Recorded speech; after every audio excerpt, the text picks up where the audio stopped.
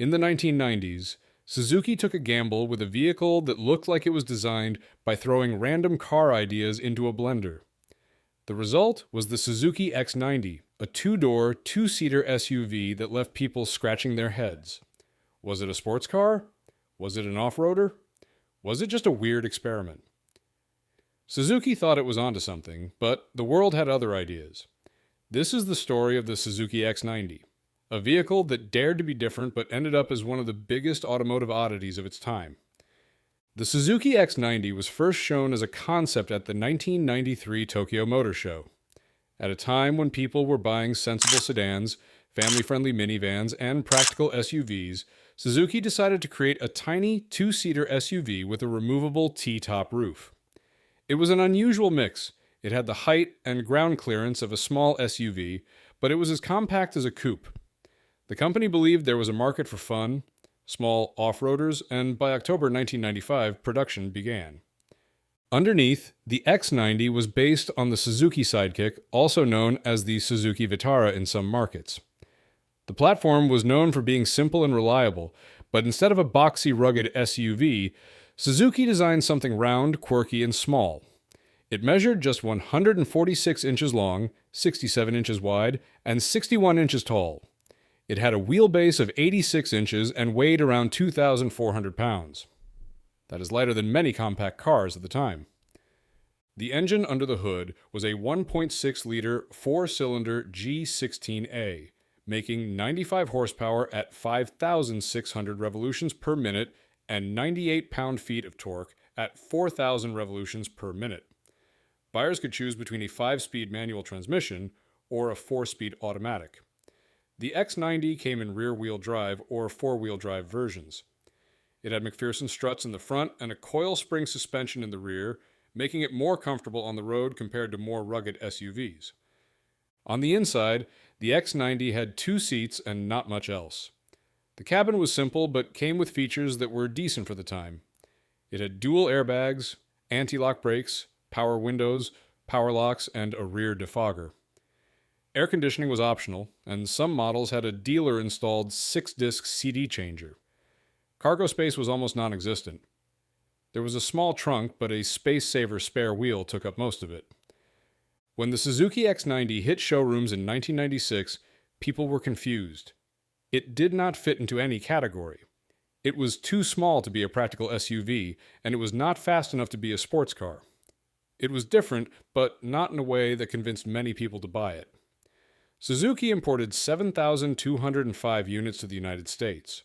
In the first year, it sold over 4,000 units, but by 1997, sales dropped to just over 2,000, and by 1998, only 477 were sold. Other markets did not have better luck. Australia received 484 units in 1996, but by 1997, prices had to be slashed by 25% just to clear out stock. Europe also saw some X90, but it never became a hit. By mid-1997, Suzuki had stopped importing the vehicle. The last few units sat on dealer lots until 1999. Despite its failure in the market, the X90 found an unexpected second life. Red Bull used it as a promotional vehicle by strapping a giant can of Red Bull on the back and sending it around to events. This gave it some visibility, but it was not enough to save the model. There was also a special edition in Europe called the Vitara X90 Philippe Cousteau edition. It featured a body kit with a bull bar, running boards, and wheel arch extensions, plus special 16-inch wheels. This version was named after Philippe Cousteau, a French cinematographer, even though he had passed away more than 15 years before the X90 was produced. In later years, the Suzuki X90 became somewhat of a collector's curiosity. It was not a great off-roader, not a great sports car, and not very practical, but it was unique. In October 2013, Top Gear magazine included it in its list of the 13 worst cars of the last 20 years. Harsh, but not entirely surprising. Today, if you see an X90 on the road, consider yourself lucky. They are rare, and while they may not have been a success, they stand as a reminder that sometimes automakers take risks. Some work out, and some, like the Suzuki X90, become automotive trivia. Whether you love it or laugh at it, you have to admit the Suzuki X90 was one of a kind.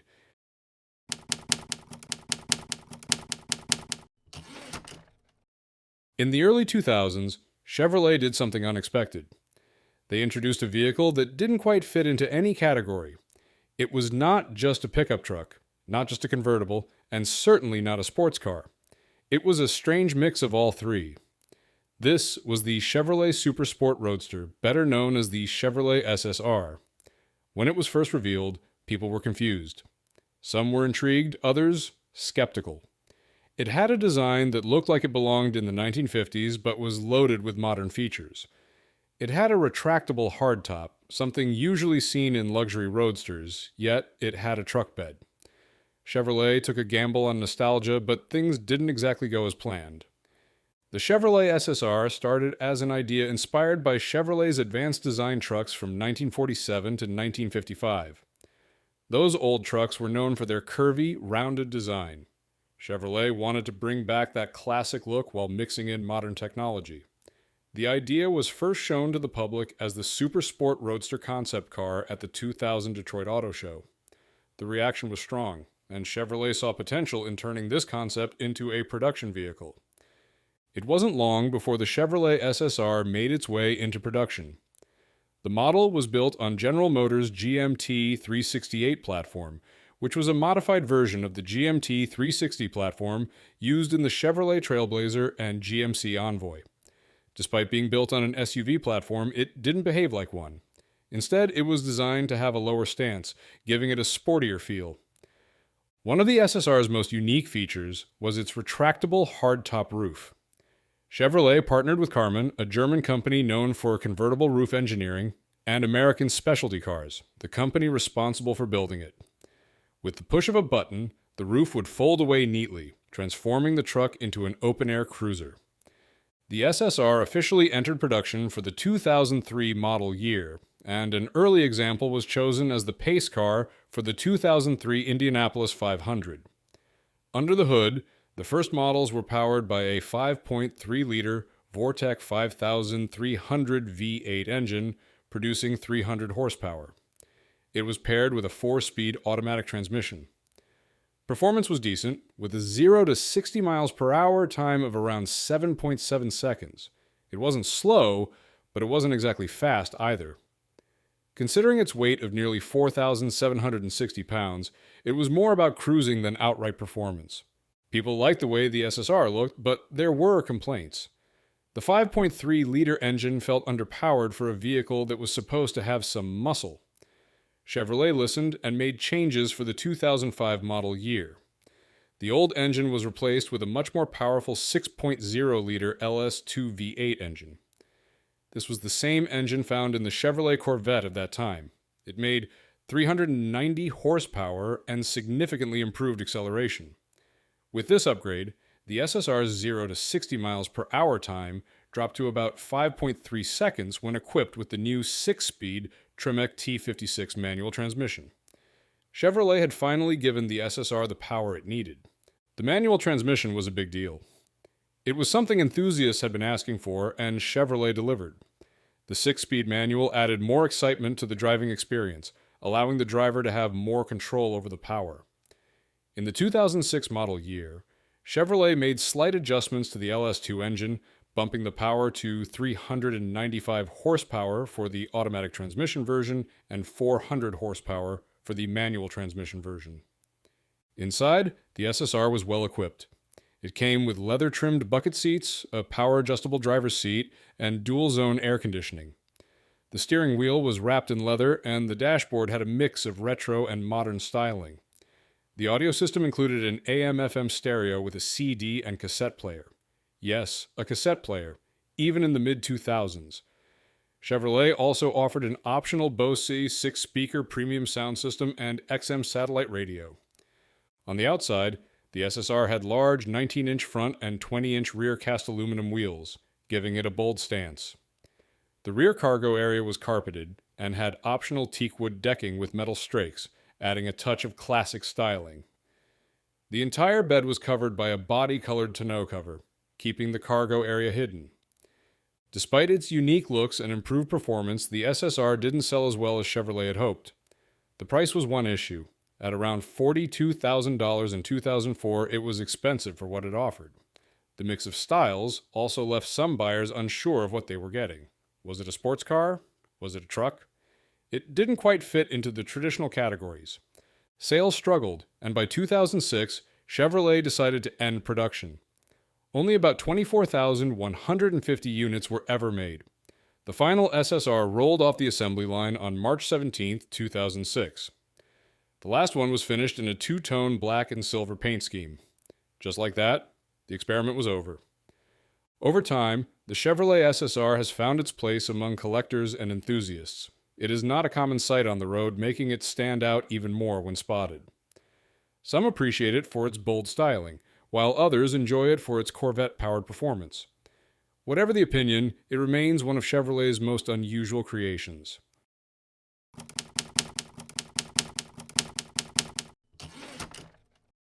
In the early 2000s, Toyota took a strange detour from its usual lineup of reliable and practical cars. Instead of playing it safe, the company introduced something that looked like it had been designed by a time traveler who got stuck between the 1950s and the future. This was the Toyota Will VI, a subcompact car built for the Japanese market between January 2000 and December 2001.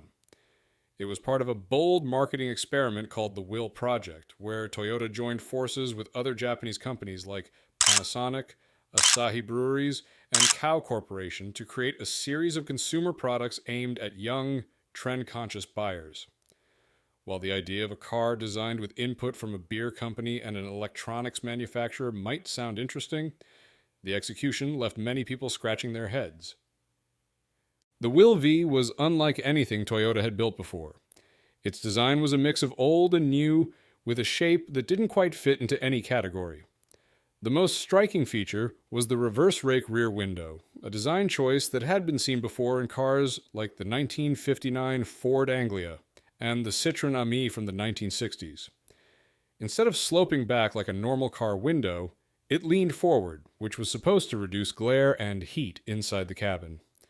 It also made the car look like it was constantly leaning forward, as if it was in a hurry to get somewhere.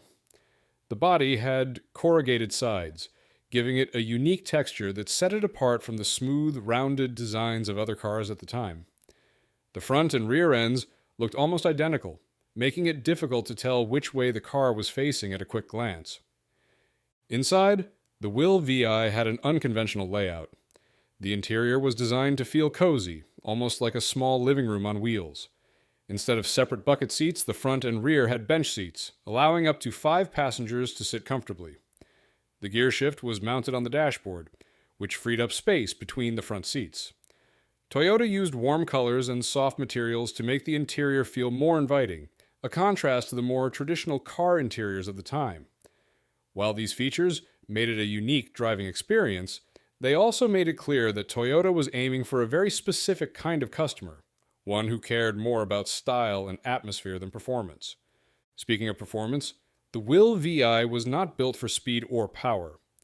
Under the hood, it had a 1.3-liter 2NZFE inline-4 engine producing 88 horsepower. The engine was paired with a 4-speed automatic transmission, sending power to the front wheels. The suspension system consisted of McPherson struts at the front and a torsion beam axle at the rear, providing a smooth but not particularly sporty ride. The car had a wheelbase of 93 inches, an overall length of 148 inches, a width of 65 inches, and a height of 62 inches. It weighed about 2,072 pounds, which made it fairly light, but not enough to make it feel quick on the road. The Will was built for city driving, where acceleration and top speed were less important than maneuverability and fuel efficiency. Toyota also made sure the Will was as environmentally friendly as possible for its time. The bumpers and interior plastics were made from Toyota Super Olefin polymer, a highly recyclable material. Sound-deadening materials were made from recycled parts of end-of-life vehicles, and the use of lead was eliminated from components like the radiator, heater core, and wiring loom. While these features didn't make the Will VI groundbreaking in terms of technology, they showed Toyota's commitment to reducing waste and pollution. Despite its unique look and features, the Will never became a popular car. Sales were limited, and it was discontinued in December 2001 after just 2 years on the market. It was followed by the Will Cypher in 2002, which had a more conventional design but still carried the Will branding. The entire Will project ended in 2005, marking the end of Toyota's experiment with quirky, youth-oriented cars in Japan. However, some of the lessons learned from this project influenced future models, including Toyota's Scion brand in North America, which was also targeted at younger buyers with unique styling and marketing strategies. Today, the Will VI is a rare sight, even in Japan. It never officially made it to other markets, and since it wasn't produced in large numbers, it has become something of an oddity among collectors. While some people appreciate its unconventional design and historical significance, others see it as an example of a car that tried too hard to be different and ended up being forgotten.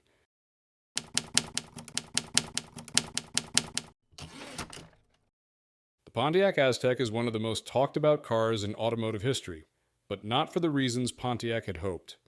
It was a vehicle that General Motors believed would revolutionize the market. It had a bold look, tons of features, and was marketed to young adventure seekers. But when it hit the streets, things did not go as planned. It became one of the most controversial car designs ever.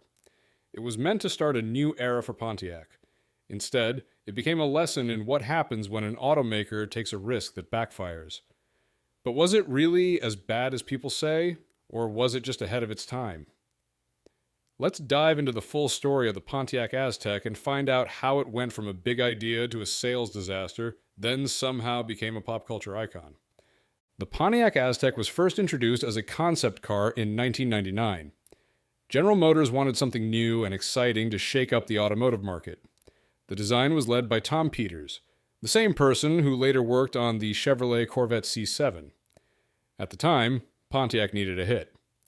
The brand had been struggling, and GM executives hoped the Aztek would bring fresh energy to the lineup. The concept version had an aggressive stance and futuristic styling. It was designed to appeal to a younger audience, particularly people who loved outdoor adventures and road trips, but when the production model was released in 2001, it looked quite different from the concept. One of the biggest problems was the design. The production model kept some elements from the concept, but the overall look was awkward. It had a tall and boxy shape, strange front-end styling with a split grille, and plastic body cladding that gave it a rugged but mismatched appearance. The rear end looked bulky, and the entire design felt like it was made by different teams who never talked to each other. Many critics called it one of the ugliest cars ever made. Despite the looks, the Pontiac Aztek had some interesting features. It was built on the same platform as the Buick Rendezvous. Under the hood, every model had a 3.4-liter V6 engine producing 185 horsepower and 210 pound-feet of torque. It was paired with a 4-speed automatic transmission. Buyers could choose between front-wheel drive and an all-wheel drive system called Versatrack. This system could send power to the rear wheels when needed, helping in slippery conditions.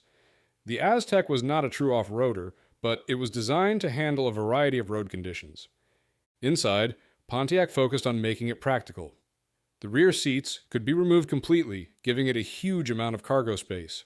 The floor was designed to hold a full 4 by 8 foot sheet of plywood, making it useful for hauling large items.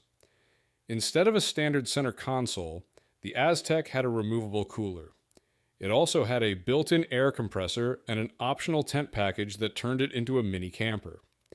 Another unique feature was the rear tailgate, which had built-in speakers so you could play music while hanging out at the back of the car. Pontiac wanted the Aztek to be the ultimate vehicle for young, adventurous buyers. But despite all these features, the Aztek struggled to sell. In 2001, the first year of production, Pontiac sold only around 27,000 units. For a brand that expected much higher numbers, this was a disaster. The biggest issue was the design. It was too different from anything else on the market, and most people simply did not like how it looked. Another problem was pricing. The base model started at around $21,000, but with options, it could go well over $25,000. That put it in competition with better-looking and more popular SUVs. Pontiac tried to fix some of the issues by slightly improving the design in later model years, but the damage had already been done. Over time, the Aztek gained a reputation as a failure. General Motors had invested heavily in the project, and when it did not sell, it became an embarrassment. In 2005, Pontiac finally discontinued the Aztek. It was replaced by the Pontiac Torrent, which had a much more traditional design, but the Aztek was not completely forgotten. Years later, it found a second life in pop culture. One of the biggest reasons for the Aztek's unexpected comeback was the TV show Breaking Bad. The main character, Walter White, played by Bryan Cranston, drove a Pontiac Aztek. The car perfectly fit his character's transformation from a struggling chemistry teacher to a criminal mastermind. The Aztek's unusual design and association with the show gave it a new kind of fame. People started looking at it differently, and demand for used Azteks actually increased. Instead of being just an automotive failure, it became a symbol of something unique. Looking back, was the Pontiac Aztek really as bad as its reputation suggests? The answer is complicated. On one hand, it had a design that many people disliked. Sales were far below expectations, and it did not help Pontiac's struggling brand. But on the other hand, it was packed with creative features, had decent practicality, and was actually ahead of its time in some ways. Many modern SUVs now offer features like removable seats, built-in coolers, and entertainment systems designed for outdoor activities. The Aztek may have been too early for its own good.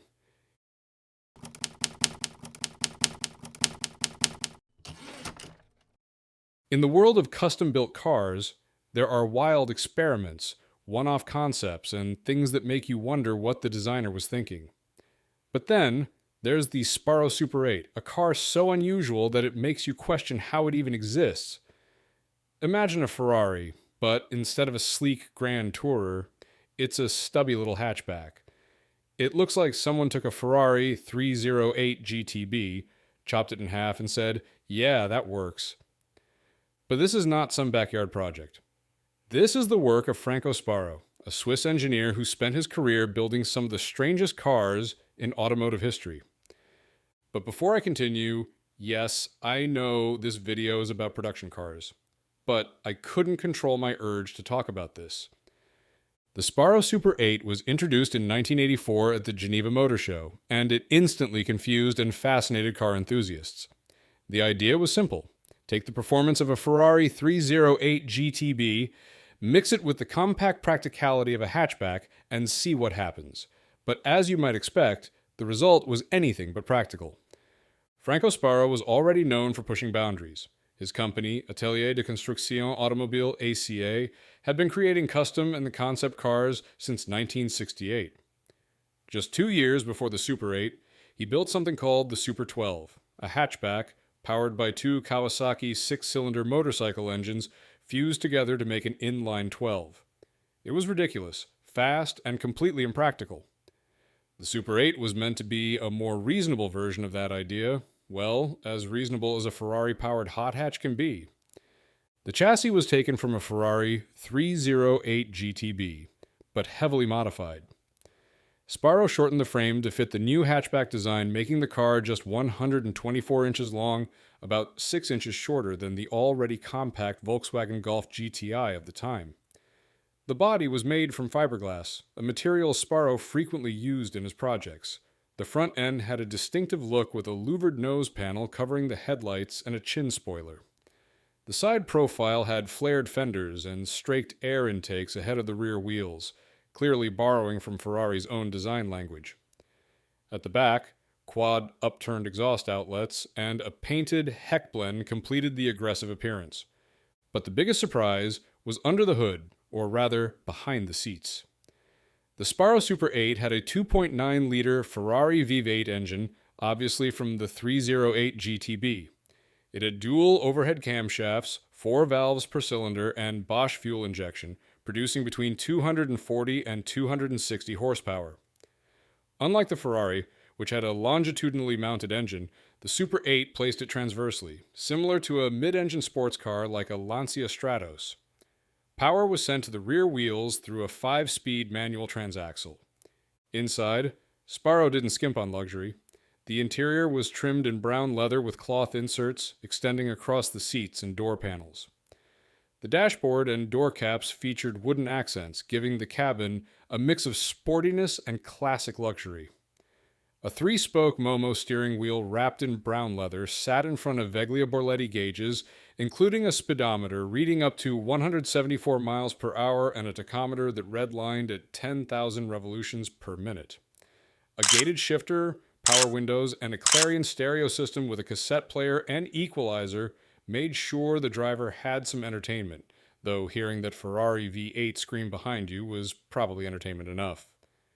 The Super 8 used a double wishbone independent suspension system carried over from the Ferrari 308 GTB, with coil-over shock absorbers and anti-roll bars at both ends. It sat on 15-inch BBS multi-piece wheels with gold-painted basket weave centers wrapped in Yokohama AVS AV 140 tires. In the rear, Sbarro even added a red-painted spare wheel held down by leather straps, because why not? When the Super 8 debuted at the 1984 Geneva Motor Show, it certainly got attention. Some people loved its bizarre mix of Ferrari power and hot hatch proportions, while others just scratched their heads. It looked like something from an alternate reality where Ferrari decided to build a city car.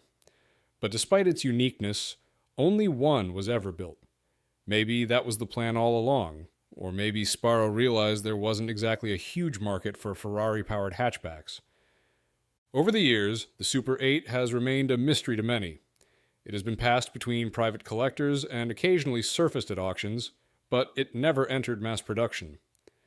Unlike Sbarro's more famous creations like the Bugatti Royale replica or the BMW-based Espra models, the Super 8 stayed as a one-off experiment.